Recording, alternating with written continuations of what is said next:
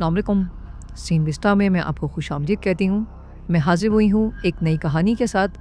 तो शुरू करते हैं आज की कहानी। कहानी की शुरुआत होती है जापान में, जहाँ 2 लाख से ज्यादा जबरदस्त निंजाज मौजूद हैं, जो देखने में तो आम आदमियों जैसे ही लगते हैं, लेकिन असल में वो बहुत ही खतरनाक जिंदगियां जीते हैं। सुजुकी एक निचले स्टार की निंजा है, जो मैगजीन एडिटर के रूप में आम लोगों के बीच रहती है। एक दिन अचानक उसे एक मैसेज आया। उसने जल्दी से अपने राइटर को अलविदा कहा और एक पुल की तरफ बढ़ी। वहाँ पहुंची तो उसे एक रशियन आदमी दिखाई दिया, जो कि निंजाज का शिकार करता है। इसी आदमी को मारने का मिशन उसे दिया गया है। उस आदमी ने सुजुकी पर गोली चलाई, जिससे बचकर सुजुकी ने अपनी हील से वार किया, जो अचानक से 2 तीखे खंजरों में बदल गई। वो आदमी जैसे तैसे बचा और अपनी बंदूक से सुजुकी पर गोलियां चलाता रहा, लेकिन सुजुकी ने बचकर कुछ निंजा स्टार्स उसकी तरफ फेंके और फिर पीछे से आकर उसके गहनों पर लात दे मारी। लेकिन फिर भी वो आदमी रुका नहीं। उस पर सुजुकी के करंट वाले डंडे का भी असर नहीं हुआ और उसने सुजुकी को जमीन पर पटक दिया। कुछ दूरी से एक दूसरा निंजा ये सब कुछ देख रहा था।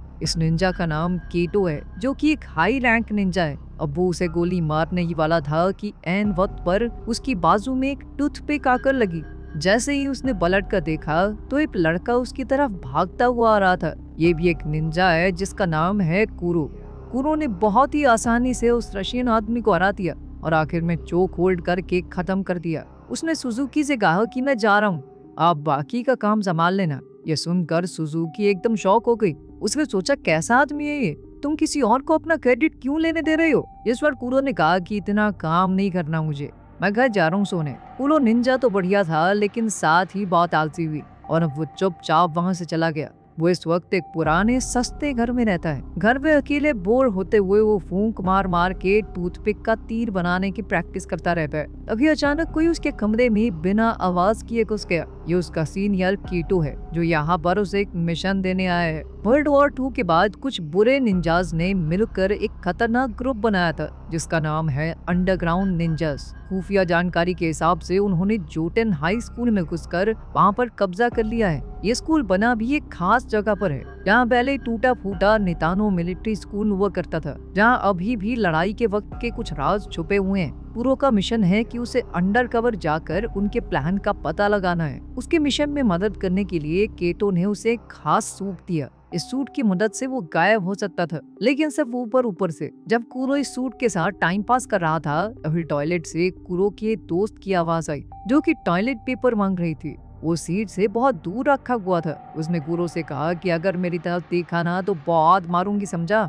उसकी बात मानते हुए कुरो दीवार पर चढ़कर लड़की के ऊपर से उसे ना देखते हुए टॉयलेट पेपर तक पहुंच गया, लेकिन आखिर में टॉयलेट पेपर पकड़ाने के लिए लड़की की तरफ मुड़ गया, जिसके लिए उसके मुंह पर चप्पल लगी।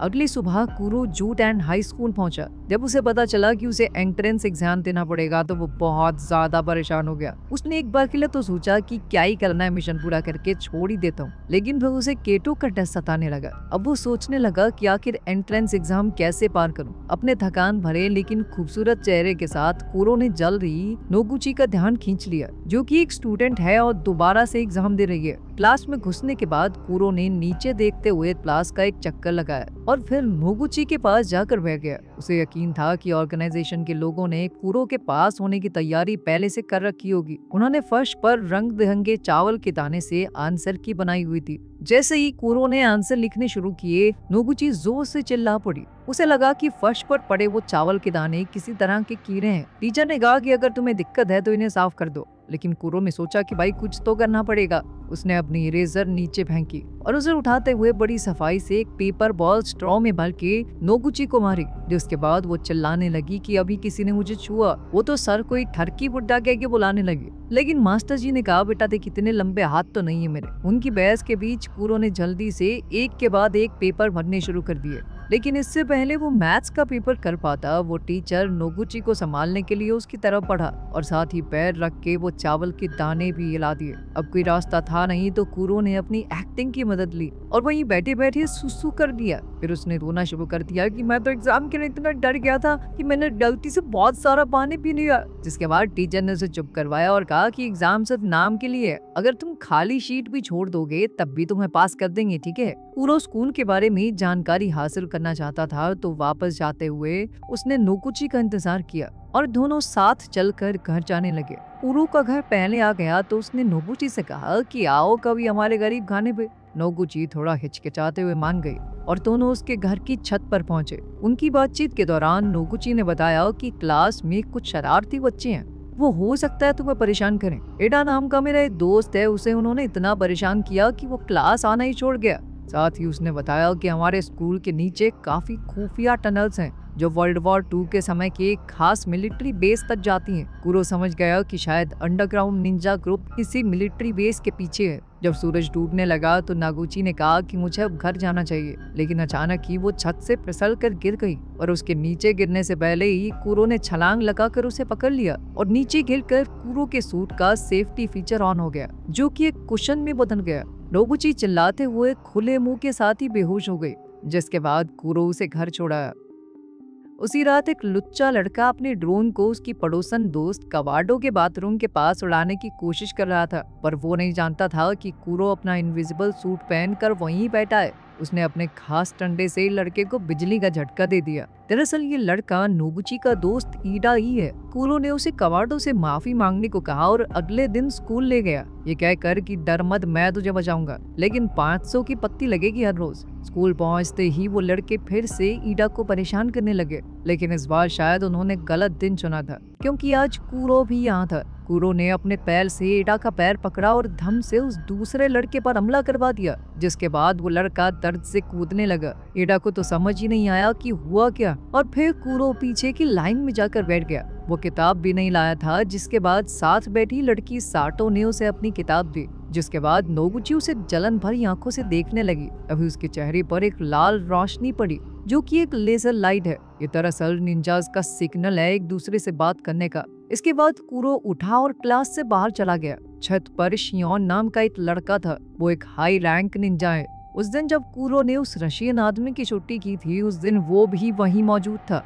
इससे पहले वो लड़ाई में कूदता कुरो बीच में आ गया। कुरो की ही तरह वो भी स्कूल में एक अंडरकवर निंजा है, जिसका काम था ये पता लगाना कि अंडरग्राउंड निंजा ग्रुप में कौन कौन है। उन दोनों के साथ साथ एक और निंजा है जो यहाँ पर भेस बदल कर रह रहा है। वो इस वक्त स्कूल का डिसिप्लिन डायरेक्टर है। उसने कुरो को क्लास के बाद बॉयलर रूम में मिलने को कहा और फिर वहाँ से गायब हो गया। तभी कुरो ने देखा कि एडा फिर से मुसीबत में पड़ गया है। वो अपने ऊपर का शरीर गायब करके एक बक्सा मुंह पे पहन कर वहाँ पहुंचा और उन लड़कों में से एक ने कुरो को लात मारी ये जानने के लिए कि वो कौन है, लेकिन उल्टा वो खुद ही नीचे गिर गया। कुरो ने पहले उसकी गेम बिठाई और फिर एडा के पीछे खड़ा होकर उसके हाथ पकड़ लिए। उसने एडा के हाथ से ही दूसरे लड़के को जबरदस्त मुक्का दिया ताकि स्कूल में कुरो का नहीं एडा का नाम हो। इसके बाद कुरो बॉयलर रूम में डायरेक्टर से मिलने पहुंचा। डायरेक्टर ने अचानक पीछे से एक तलवार निकाली और कुरो पर हमला कर दिया। वो दोनों एक दूसरे को अंडरग्राउंड निंजा ग्रुप का मेंबर समझ रहे थे।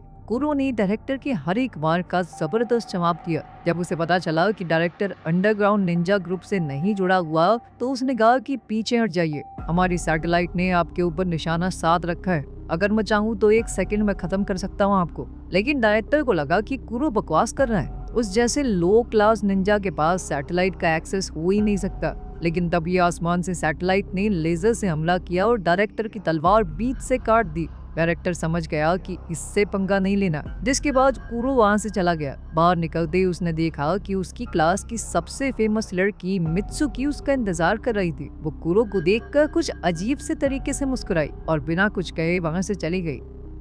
पास ही के एक स्टोर में कस्टमर के बाहर निकलने के बाद स्टोर का सेंसर वाला दरवाजा खुद ब खुद खुला और फिर बंद हो गया, जैसे कोई अदृश्य चीज अंदर गई हो। और कुछ ही देर में स्टोर का सामान गिरने लगा। स्टोर में मौजूद उस औरत ने लड़ने की कोशिश की, वो भी एक निंजा थी, लेकिन इस इनविजिबल आदमी ने उसे खत्म कर दिया। सुजुकी को एक मैसेज आया कि किसी ने उसकी मेंटोर जो कि एक निंजा थी उसका खून कर दिया है और तभी सुजुकी पर भी वार हुआ। सुजुकी समझ गई कि ये जरूर कोई अंडरग्राउंड निंजा ग्रुप का आदमी है, क्योंकि उनके पास ही ऐसा सूट है जो एक इंसान को पूरी तरह गायब कर सकता है, जबकि उनका सूट आदमी को आधा ही गायब करता है। वहीं जब साटो स्कूल से घर जा रही थी तो उस आदमी ने उसे पकड़ लिया। सुजुकी ने चेतावनी दी कि वो किसी आम आदमी को नुकसान न पहुंचाए। इस पर उस आदमी ने सुजुकी से कहा कि तुम्हारी मौत यहाँ नहीं लिखी, गोडान हाई स्कूल में लिखी है। उधर नोगुची अपने कमरे में बैठी कूरो के बारे में सोच रही थी। पिछले कुछ दिनों से वो कूरो के ख्याल को अपने दिमाग से निकाल ही नहीं पा रही। वो उसके साथ एक खुशहाल जिंदगी बिताने के सपने देख रही थी और तभी हमने देखा कि कूरो उसके बिस्तर के पास आधी रात को चुपचाप उसे घूरते हुए बैठा था। कूरो ने उसे बताया कि स्टोर में काम कर रही एक निंजा को मार दिया गया है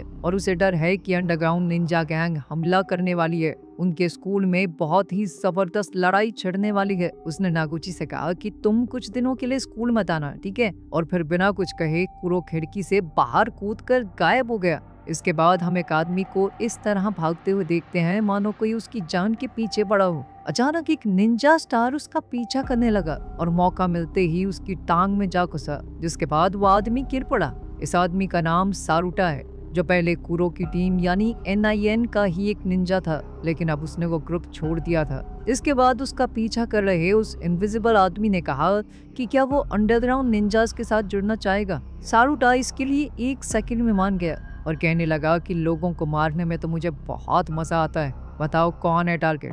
पता चलता है कि जो इनविजिबल निंजा सभी निंजास को मार रहा था वो कोई और नहीं बल्कि सारुटा ही है। अगली सुबह जब एक स्टूडेंट स्कूल जा रहा था तो सारुटा ने एक ही झटके में उसकी मुंडी उड़ा दी और बॉडी को अपने साथ ले गया। उधर कूरो के मना करने के बावजूद भी नोगुची उसे ढूंढते हुए स्कूल पहुंची। तभी स्कूल के डायरेक्टर ने उसे देख लिया। नोगुची ने हड़बड़ा कर सब कुछ बता दिया कि कूरो ने उसे बताया था कि स्कूल तबाह होने वाला है। डायरेक्टर समझ गया कि लड़ाई छिड़ने ही वाली है। उसने नोगुची को एक अंगूठी दी और कहा कि ये कूरो को दे देना, उसे ढूंढने की कोशिश करो, ये बहुत जरूरी है। कुछ देर बाद सारुटा उस स्टूडेंट की बॉडी के साथ क्लास में पहुंचा। अभी भी उसे कोई देख नहीं पा रहा था और अचानक से वो बिना सर का शरीर सबके बीच में आकर गिरा। क्लास में हड़कंप मच गया और सारुटा एक के बाद एक स्टूडेंट्स को खत्म करने लगा। कुछ स्टूडेंट्स कमरे से निकलने में कामयाब हो गए, लेकिन सारुटा अब भी उनके पीछे था।